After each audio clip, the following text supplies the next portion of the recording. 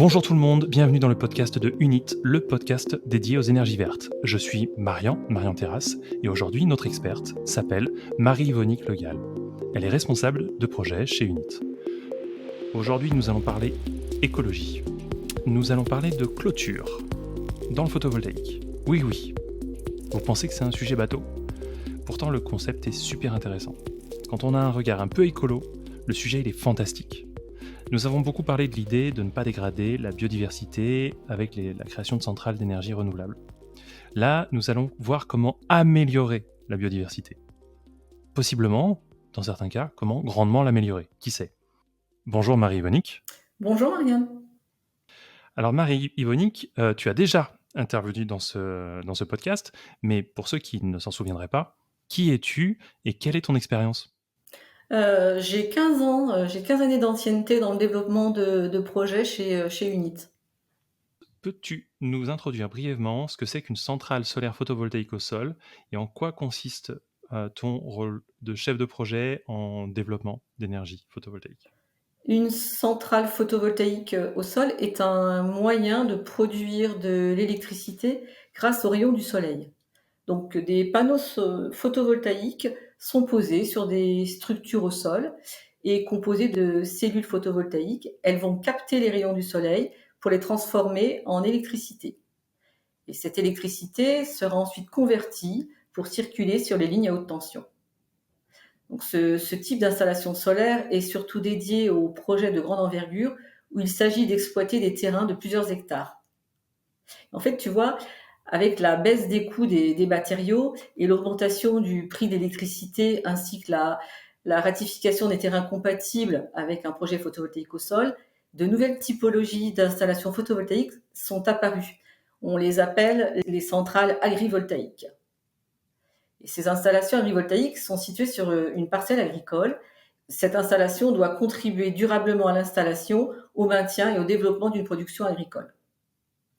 Le développement des énergies renouvelables au sein du secteur agricole est aujourd'hui une ambition partagée pour permettre d'atteindre les objectifs fixés par la loi de transition énergétique. Et donc, mon rôle de chef de projet, il est comparable à celui d'un chef d'orchestre. Je suis les projets de la phase de prospection jusqu'au lancement du chantier de construction. C'est très varié. Cela passe aussi bien par des aspects purement techniques que des concertations avec différents acteurs. Je m'occupe de la maîtrise foncière, des différentes étapes de concertation avec les élus, les riverains, les services de l'État, du dimensionnement du projet, du management des études environnementales et du montage des dossiers de demande d'autorisation. C'est cette diversité qui me plaît et qui me stimule. C'est une mission qui est vraiment très polyvalente, à la fois technique et d'animation. Merci. Ceux qui nous ont écoutés jusqu'à maintenant, vous connaissez un petit peu les centrales photovoltaïques et la mission de chef de projet. On en a déjà parlé dans d'autres épisodes. C'est la première fois que quelqu'un en parle en termes d'implication, ce que ça veut dire. Ça, c'est pas mal. Ce qu'on voudrait voir avec toi, c'est quels sont les défis environnementaux qui existent. Comment est-ce que l'éco-conception permet-elle de les solutionner ? D'abord, permets-moi de rappeler, l'énergie solaire est une énergie renouvelable et inépuisable.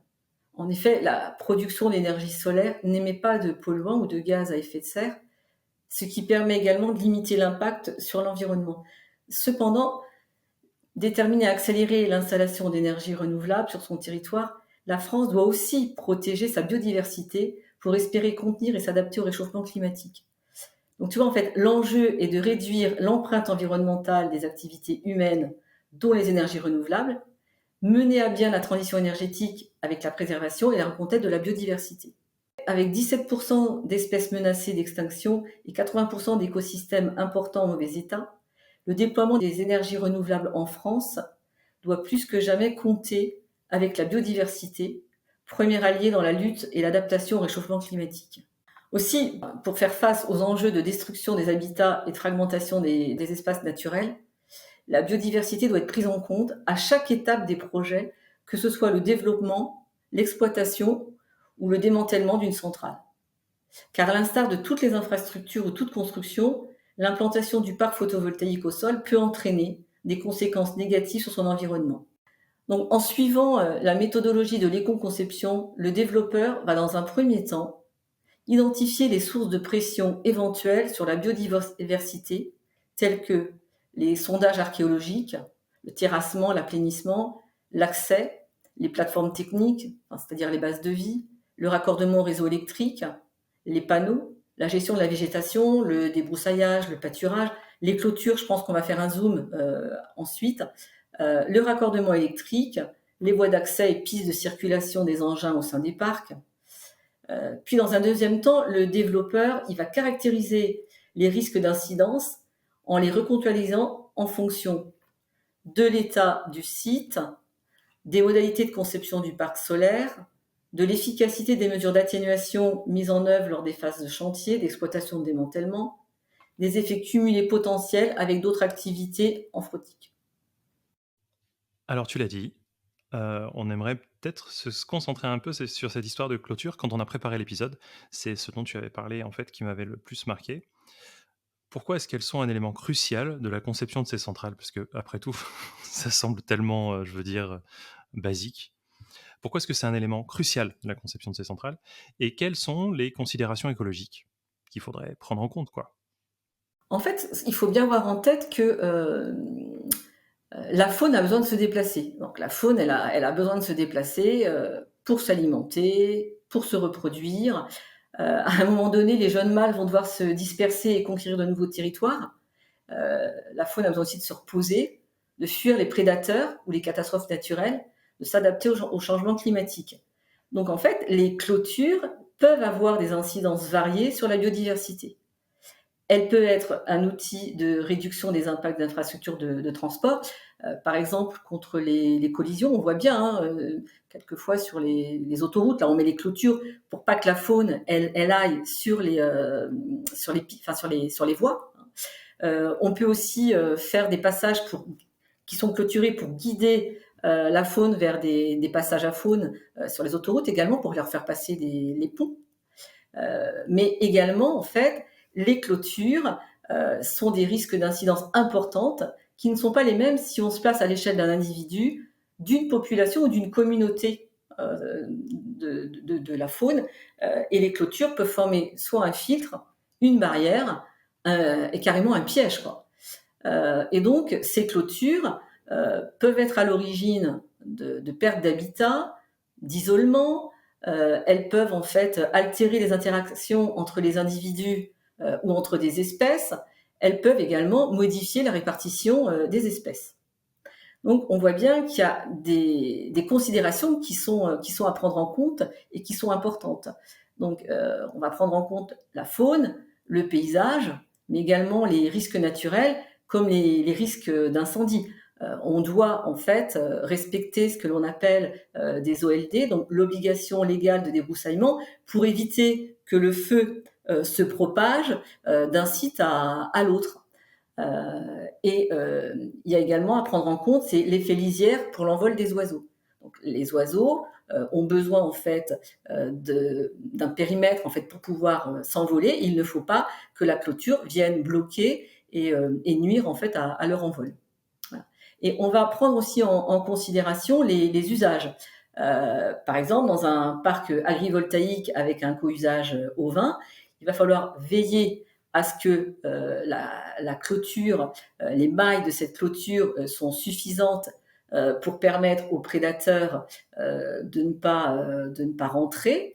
Et en même temps, il va falloir éviter que les agneaux se coincent la tête. Donc, il va falloir vraiment vérifier en fait et prendre en compte tous ces paramètres. D'accord, mais est-ce qu'il y a, en dehors des considérations opérationnelles, est-ce qu'il y a une réglementation sur les clôtures? Est-ce que ça va nous concerner pour nos questions? Alors, tu vois, en fait, pour éviter et réduire l'impact des clôtures en général, et pas seulement pour les parcs photovoltaïques, il existe plusieurs niveaux de réglementation. Alors, d'une part, au niveau local, il y a ce que l'on appelle les règlements d'urbanisme, comme le plan local d'urbanisme, qui est un outil d'orientation, d'aménagement et de programmation, qui, dans son règlement, impose des prescriptions sur la hauteur et l'aspect extérieur des clôtures. D'autre part, le code de l'urbanisme dans son article L151-23. Et enfin, récemment, il y a une nouvelle loi, il y a la loi du 4 février 2023 qui vise à limiter l'engrillagement des espaces naturels et à protéger la propriété privée. Donc, l'objectif de cette loi, les clôtures implantées dans les zones naturelles ou forestières délimitées par le règlement du plan local d'urbanisme ou, à défaut d'un autre règlement, dans les espaces naturels, permettent en tout temps la libre circulation des animaux sauvages. Donc la loi, en fait, elle va définir les caractéristiques des clôtures.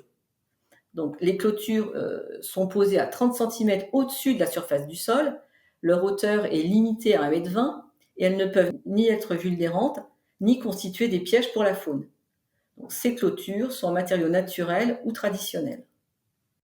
Et ça nous amène à la question suivante. Comment est-ce que les techniques d'éco-conception de clôtures contribuent à la protection et la promotion de la biodiversité autour des centrales solaires? Je veux dire, on a vu certains aspects, mais est-ce qu'on pourrait aller un peu plus loin? Je me permets de préciser, il s'agit de solutions permettant de protéger la biodiversité autour, mais aussi à l'intérieur des centrales. Donc, il s'agit de transposer des connaissances et des bonnes pratiques issues de d'autres types d'usages et d'infrastructures. Donc c'est ça en fait les techniques d'éco-conception. Et surtout d'adapter des choix techniques au cas par cas en fonction des sensibilités environnementales du site ou des enjeux faunistiques et floristiques ou des contraintes pour le projet, par exemple des contraintes sécuritaires. On a vu tout à l'heure, il ne faut pas que les agneaux en fait ils puissent sortir du parc. Il ne faut pas non plus qu'il y ait des gens qui viennent s'introduire dans le parc et puis c'est une production électrique qui viendrait en fait à se blesser. Donc des contraintes réglementaires, des contraintes géotechniques.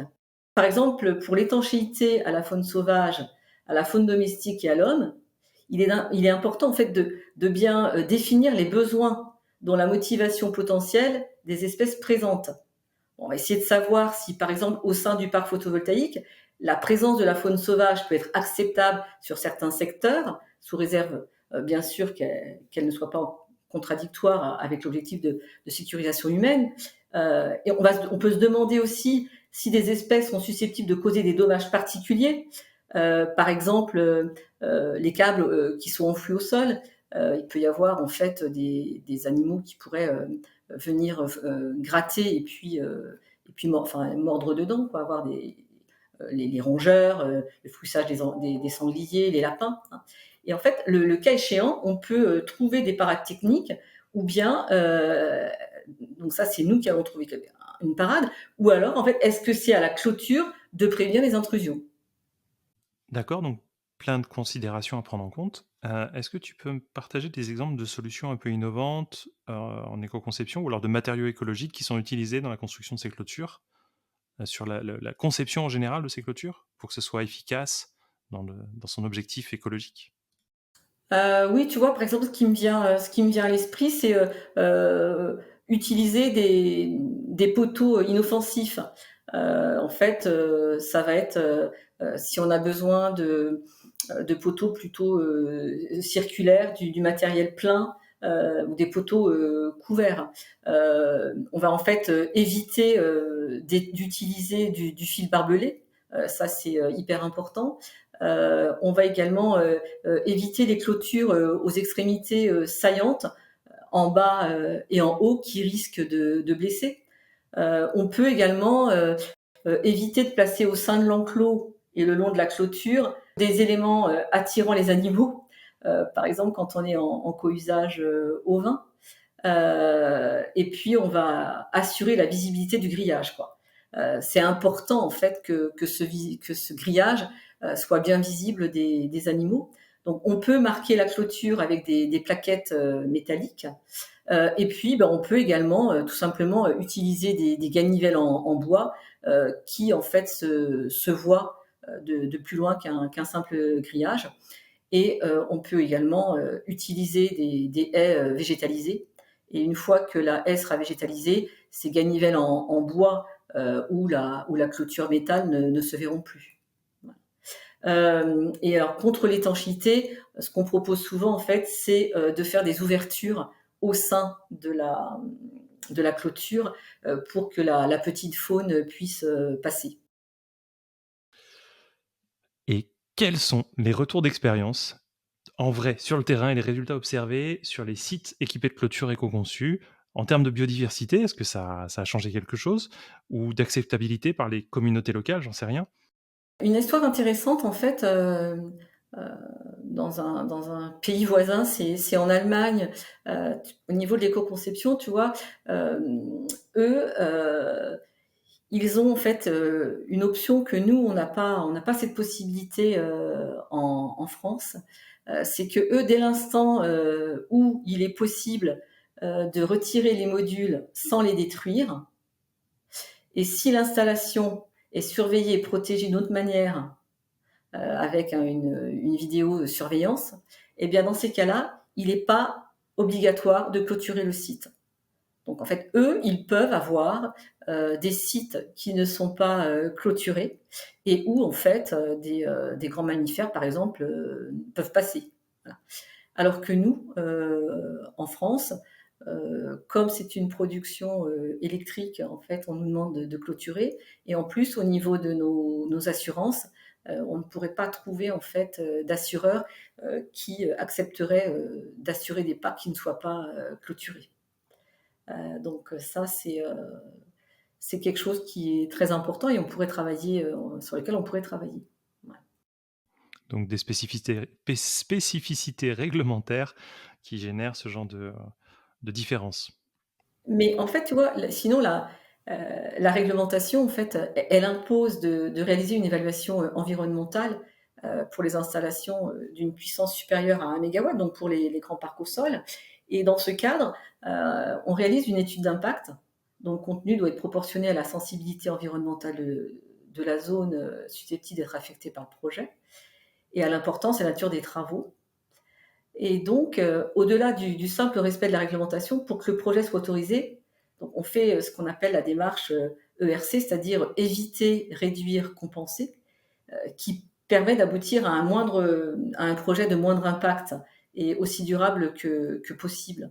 Donc dans ces cas-là, tu vois, on essaye de choisir un site à moindre enjeu écologique et on évite les zones sensibles au sein de l'extérieur de la zone d'implantation potentielle.